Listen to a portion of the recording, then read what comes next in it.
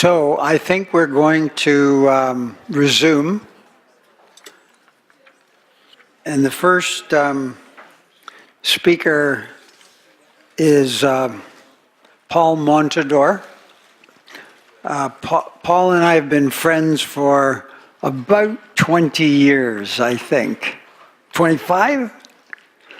And we were together at Think First at the beginning, and then at Parachute. And Paul was a member of the board of both of those organizations. I first met Paul when he was president of Johnson & Johnson Medical Products of Canada. And when I asked him if he would be on the board of Think First, his answer was sure. And every time I've asked him since then to do something, it's been the same answer, sure. And it's just been a great friendship and collaboration on many projects. It was Paul who told me on several occasions about the prowess of his son. He was proud of Steve Montador making it into the NHL and playing for several teams. And in fact, it was Paul who introduced me to Steve. We were in Vancouver together. It just happened by chance. And Paul called me and said, "Want to go to the hockey game tonight?" And I said, "Sure." And so we went to see Steve play. He was playing, I think, for Chicago Blackhawks at the time, and they were playing the Vancouver Canucks. And in fact, we saw Steve score a goal that night, so it was especially wonderful. And then afterwards, we waited at the dressing room door for Steve to appear. And Paul introduced me to him and told him what I do. And Paul said, "You know, he likes to examine brains." And Steve told me about some of the injuries he'd had. In fact, I recall feeling his cheek and looking at the depression of one of the bones in his cheek that he had sustained during one mishap in the NHL. And when Steve had an appreciation of what I was trying to accomplish, he said, "Well, Doc, if you want my brain, you can have it." And little did I know that that was ultimately what would come to pass several years later. So, Paul, we really appreciate you coming to say a few words about your family's situation. So thank you very much, Paul.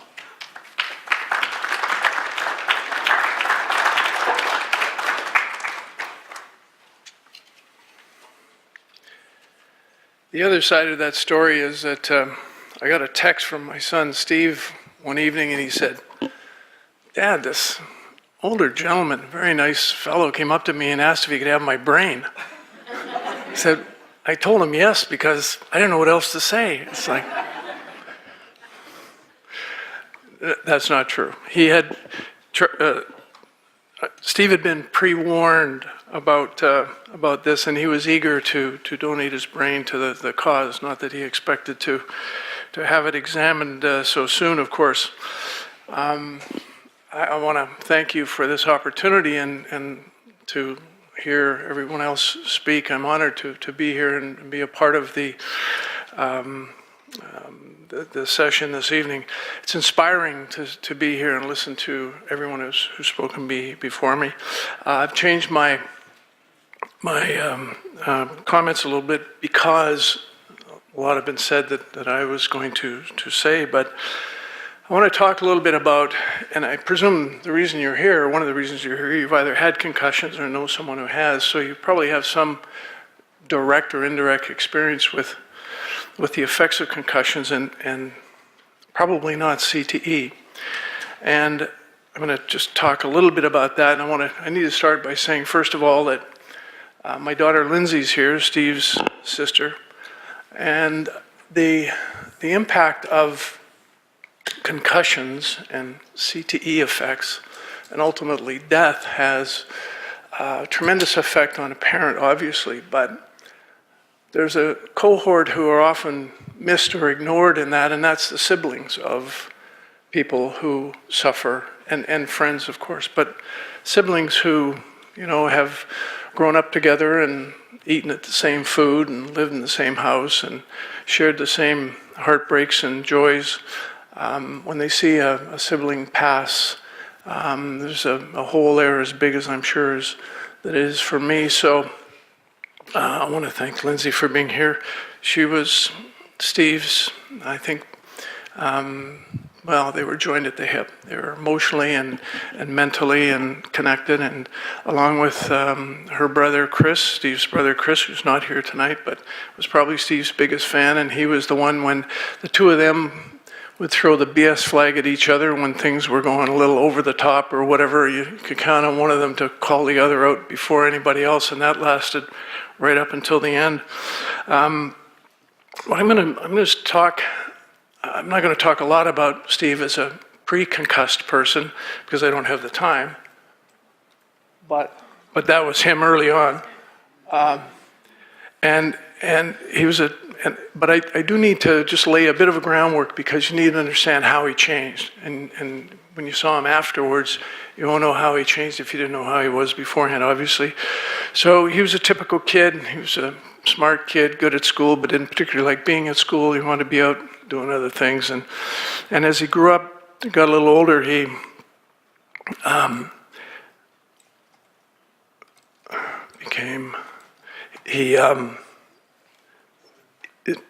it doesn't, oh, there he is, okay, thanks. He's a little slow, it's the concussion thing. He decided that he wanted to play hockey, and he wanted to be a professional hockey player. And he was never the best player on his team, on any team. He played other sports, he played baseball and soccer and all those other things, but hockey grabbed his attention, and he decided he was going to play in the NHL. So he set that goal, and he set strategies to get there, and worked his whole life around that, and ultimately achieved his goal. And I can tell you there were a lot of kids around who were better athletes than he was, and they were better hockey players than he was, but he had the desire to achieve his goal. And he was completely committed to that, and he lived his life around it, as I said. But as a young man, as a boy in this picture, a teenager, he was happy, he was agreeable, he was smart, he was inquisitive and curious. He was an experiential learner. He loved doing things and pushing the barriers, if you will. And he probably came by that honestly because his brother and his father were kind of like that. And so we can't hold that against him. He was happy, and he was a great friend. He loved having people around. He was outgoing. He was gregarious, and that carried on through his adult life. And so he achieved his goal of playing in the NHL. He played for half a dozen different teams. Had a great time. Loved the life. I should also say that early on in his career, he called me one night and he said, he'd had dinner with his mom and I at our place, and then he went back to the hotel. He was in town for a break during the NHL season. And he called me and he said, Dad, can you come down and see me at the hotel? It was about midnight. I said, sure. So again, I get in the hotel and he says, I want to tell you, I'm an alcoholic. I said, wow, it was a surprise to me. I knew he drank. And he said, after I left you tonight, I came down here and I bought a six-pack and I drank a six-pack of beer. And he said, I know I have a problem. So I called the substance abuse people at the NHL, told them, and I'm getting on a plane at 6 o'clock in the morning, going out to California, and I'm going to be in a rehab place for a month. And there was a month break in the season. I forget what it was. It was, wasn't the Olympic break. It was something else. And so we had a long conversation, tearful conversation, and at the end of it, next morning he got on a plane, he went out there, and he took care of the problem. And after the season was over, he went back for another month or so of a tune-up. And for the next 7, 8 years of his life, he was drug-free, alcohol-free, and happy. And all his buddies, when he'd be out with the team or his close personal friends, he'd be out, they'd be going out for dinner or partying or whatever. He'd go out for dinner and he wouldn't drink, and he would enjoy himself. And if the thing was getting out of hand, then he would leave. And he was completely happy doing it. He talked to his friends. All his friends knew it. All his teammates knew it. His family knew it. And life was good. And then then he had some really significant concussions. So I'm not putting that in the past. I'm saying that's who he was. He was happy. He was sober. He was in charge of his life. He was living his dream and having a great time doing it. And then he was diagnosed at the end with 12 concussions in the NHL. But I suspect he had many more than that, and I suspect he had thousands of subconcussive blows to the head. I mean, it's a natural fact when you're playing a contact sport like hockey. You're getting hit and you're getting banged around. In fact, and nobody knows how many. I mean, you could probably do a calculation and come up with a huge number. But either the accumulation of that and ultimately a couple of major shots late in his career, and I'll just talk about the situation when he was in Chicago playing, and when ultimately he had a bad concussion. He turned to play, and then he had another one, and I went down to stay with him because he was on his own. He was single. And I went into his apartment, and he was maybe the day after this concussion. And those of you who've had concussions and been around them, you know the symptoms, so I don't have to go through them. But and I'd seen him after concussions in other places, in Buffalo, but in this one, I walked into his apartment, and he was a different person. I mean, his eyes were blank. He was sick. He was fatigued mentally and physically. His vestibular system was off. He had trouble with balance. He couldn't see. He was extremely sensitive to light and sound. At one point, a little later, came into the kitchen. He was in bed. He's sleeping. He had his sleep architecture was brutal. And he had trouble. He had sleep latency. He had trouble falling to sleep his whole life. But in this situation, he couldn't sleep. And so the doctors he was seeing within the, and it's part of the characteristic of the league, I think, but in his case, he was given narcotics for sleep, and he was given narcotics for pain management. So you got a double whammy of narcotics that he's taking to manage this stuff, and at the same time, he's being told, as has been spoken about earlier, how do you deal with concussion? You need complete rest. You need to sleep all you want. And then 2 or 3 days later, you get a different neurologist, a professional, telling you that no, you're used to burning 4,000 calories a day. You're used to a lot of stimulus. You're out. You're playing. You're active. You need to stimulate yourself a little bit, as much as you feel. So you're getting these different messages from different clinicians, different medical professionals, and that's part of the. As I was listening to some of the earlier presentations, part of the issue for the person on the street, I think, is that you go see a doc or a chiropractor or a physiotherapist, whomever it is, and A, they might not have the latest science, and B, their interpretation of it can be different, and so you're getting perhaps these mixed messages, and they're not always consistent, and And that makes it difficult for not only the person who's suffering at that point in time, my son, but I'm a fairly knowledgeable layperson and able to interpret that, and I'm part of that, and I'm getting these mixed messages and not sure how to interpret them. So, but the example I was going to use about his in this situation, he came into the kitchen in a fairly large room in his apartment. There was a kitchen and a great room, and we had blackout drapes on it, of course, and no sound. And we had an agreement I wasn't going to talk or interrupt him or whatever unless he asked me for something, because he was very sensitive at the time. And I was from here to that wall reading a newspaper. I had the Chicago Tribune, and I was sitting there reading and having a cup of coffee. And turning the page, and he, from over there, he said, "Dad, please don't do that." I said, "What?" And he said, "Make all that noise." And I was turning the page on a newspaper. And so his sensitivity was incredible. He said, "It's like it's blowing my brain out. It's just, I can't take it." So you go through that, and it's gut-wrenching as a father, it's gut-wrenching as a sibling, it's gut-wrenching as a friend if you're watching that. And this wasn't the first, but it was the worst. And so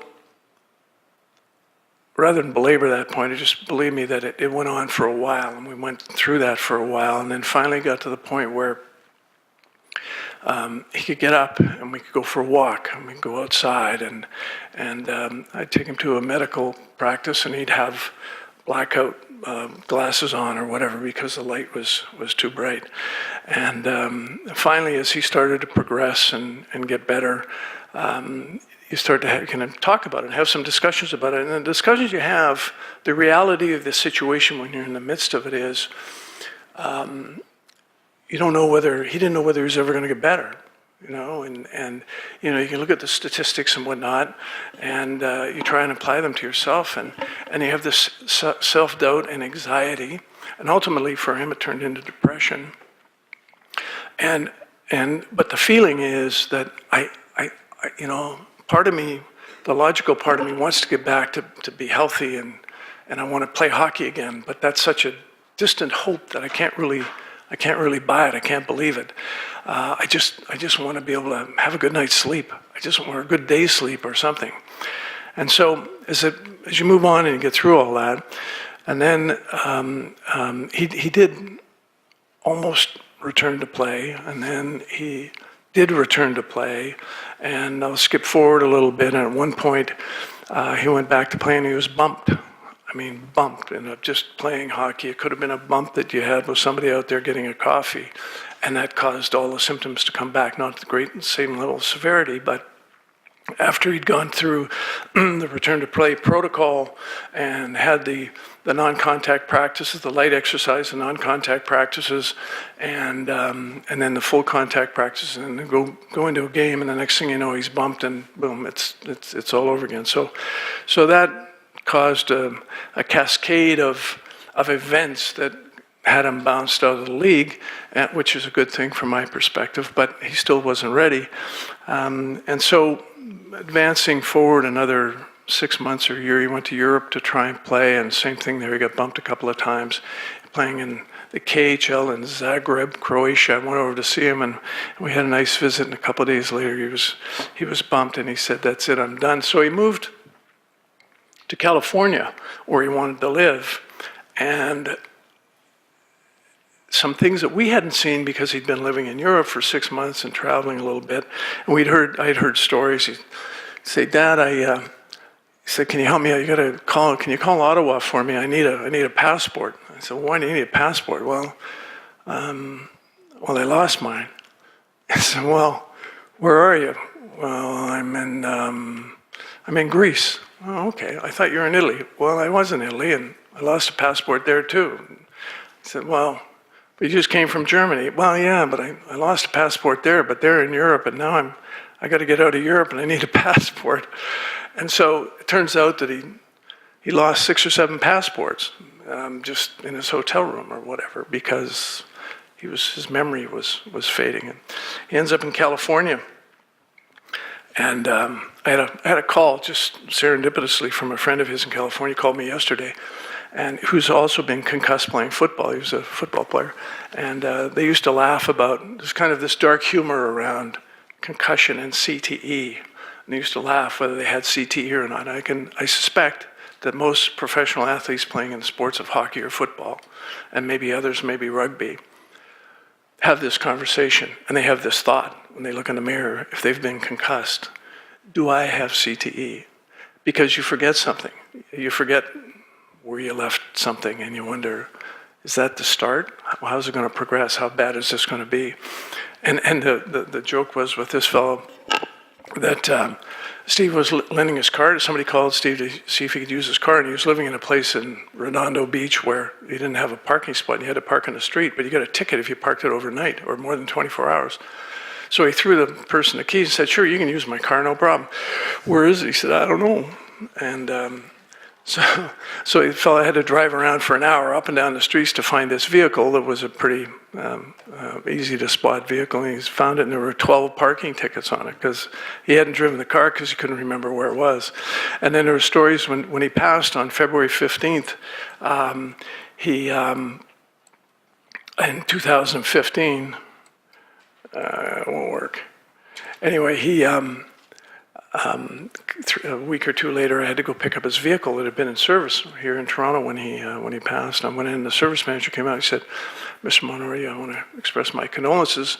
And he obviously knew Steve. And I said, "Well, how did you know Steve? You seem like pretty friendly with him." He said, "Well, yeah, I get a call from Steve about every week when he was in Los Angeles or Chicago, if he had that vehicle with him, and he'd lose his keys, or he couldn't find the car. So I'd have to go in the GPS system and find the vehicle and tell him where it was parked, or I'd have to call a dealer in LA or Chicago and have him give him the code for his keys so he could drive his vehicle." So the questions for the person at the time and the family, his sister, me, was, does he have CTE? And of course you don't know. And the people who have it, who think they might have it, they worry about it, and they wonder, do they really want to know? But part of them wants to know, but then what are you going to do about it? And as Carmela said, more research is important so we can figure out what to do about it. First of all, diagnose it early, and then as importantly, figure out how to treat it. So all that to say that this young man who was easy to be around and gregarious and outgoing and friendly and very helpful, became someone who was irritable, depressed, unhappy, anxious. And he had his moments. He was happy at times, but that could flip on a dime. And it made it very difficult for him. It made it difficult for those who were around. Unfortunately, he never became violent. It didn't progress to that point, but we all know stories of, and I have met. I spent some time with a fellow who passed 6 months ago and was just posthumously determined to have CTE, and told me that he had he was a great guy, friendly and whatever, but had outbursts and became instantly violent with no control over it. And so he worried about that. The worries I had for Steve were not that he would never find happiness, that he would never achieve what he wanted to achieve, that he wouldn't be able to hold a job. He said to me 3 weeks before he died that one of his goals was, in fact, his singular goal was to have a positive influence on people, and that would have brought meaning to his life for the rest of his life. The question was whether he was going to have the concentration, the ability to achieve that as he moved forward. And the other thing he said a couple of other things. One was that the NHL and hockey would be a better game without head hits and without fighting. And this is a guy who made his living banging people around. He wasn't a fighter. He did fight, but he wasn't a fighter. He wasn't very good at it, and he wasn't big enough to do it as a profession or a vocation. But he was willing to stand up for anybody, and that was part of where some of his concussions came. But for him to say that was pretty telling. He said to me, maybe I should have played baseball, which was a pretty tough thing for him to say when he spent 10 years or his whole life from that age on wanting to play hockey. So thanks, Dr. Tatter, for being so kind to him.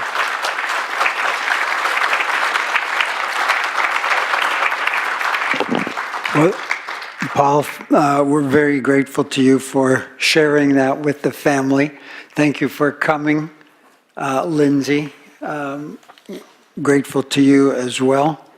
We'll all remember Steve I will remember him with fondness because he made that generous offer at a key time in his career, and it was lovely to have met him, and thank you for following through after he passed away with his commitment that his brain would be going to research.